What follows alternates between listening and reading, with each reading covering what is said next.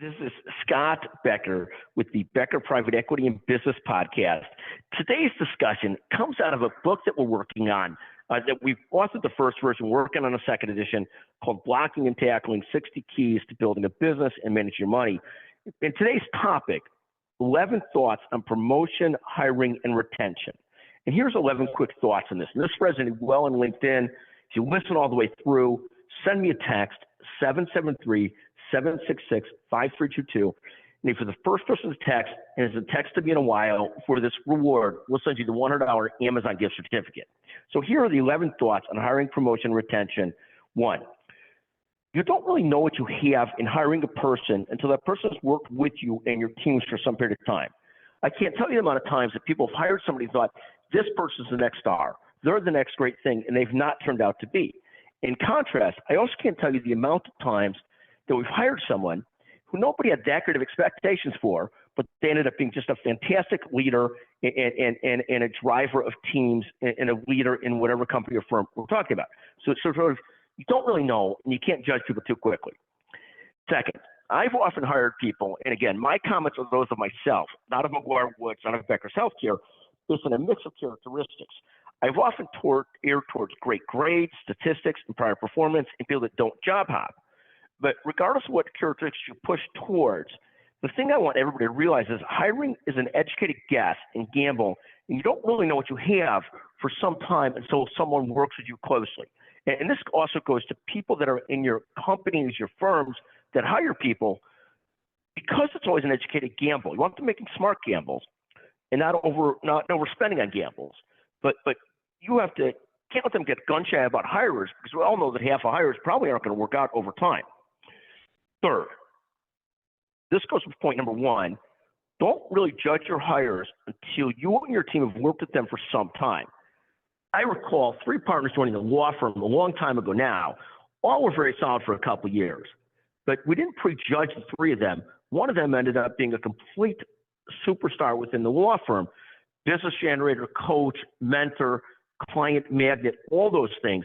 And it was critical not to prejudge these 3 colleagues. None of us would have known up front till this one started to differentiate himself, who would have been the leader of those 3 and who would have become a complete leader in the firm. All were solid, one ended up being a complete leader. Fourth, when someone starts to show the drive, the contributions, and the efforts you want, constantly look to encourage them and promote them and support them and pay them. Don't wait until they push for what they deserve. Get out in front of it. A few of my best colleagues showed such clear promise early on that we kept on looking to put them in charge of more and more, even when others weren't so sure.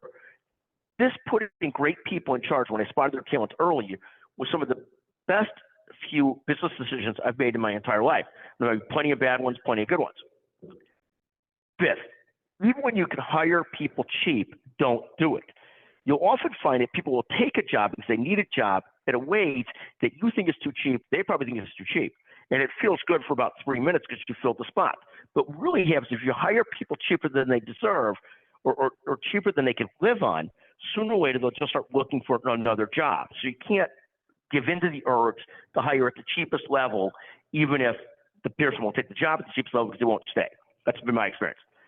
6, when somebody demonstrates on a consistent basis that they can't or won't do the job, you probably need to nicely ask them to move on and start looking for a new job.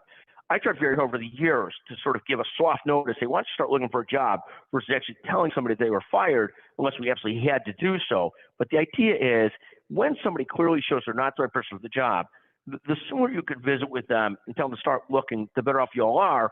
And the more that you do this, and you don't leave yourself in a panic situation where you have to fire them, they have to leave, the better off you are. 7th, the best efforts and best performers tend to get the best opportunities and the best assignments. Don't apologize for giving your best colleagues and putting your best colleagues on the most important clients, the most important roles. This is business and how it works. 8, don't promote someone into a title thinking that will change how they act or perform. In my experience, the people that act the right way when they're actually behaving as partners before they're partners, when they're acting as vice presidents for their vice presidents, are the very best people to promote. It's if you think that someone's going to change their behavior because of promotion, I find that that's often not the case. Ninth, this goes with point 8. The best promotions go to those that often act like they're already doing the higher job. Partnership or VP promotion is simple when that colleague is already performing in that way. 10th, do not punish your colleagues for periodically making bad hires. All of us need to understand that all hiring is an educated guess and that it's imperfect. What you don't want is your leaders to become gun shy about hiring because they've had some bad hires. You want them to deal with them, but you don't want that. The 11th point I'll make on hiring, retention, and promotion is, and I've seen this throughout my career, you'll hire somebody who's great, but not necessarily great in the role they're in. And so many times, some of our best people have moved into other roles within the company or the firm, and they've been completely fantastic and superstars. So when you have great people, try and find spots for them if you can until you can figure out where they excel. Because often when you get great people, they're hard to find. Sometimes they're just not in the right role. In any event, thank you for listening to this version of the Becker Private Equity Business Podcast. What a pleasure to record this. Again, it's part of a book we've done in the second edition. Now we're working on blocking and tackling 60 keys to building a business and managing your money. That's available on Amazon. And at some point, if we ever get it figured out, it'll be on iTunes as well or Apple too. Thank you for listening to the Becker Private Equity Business Podcast. Thank you very much.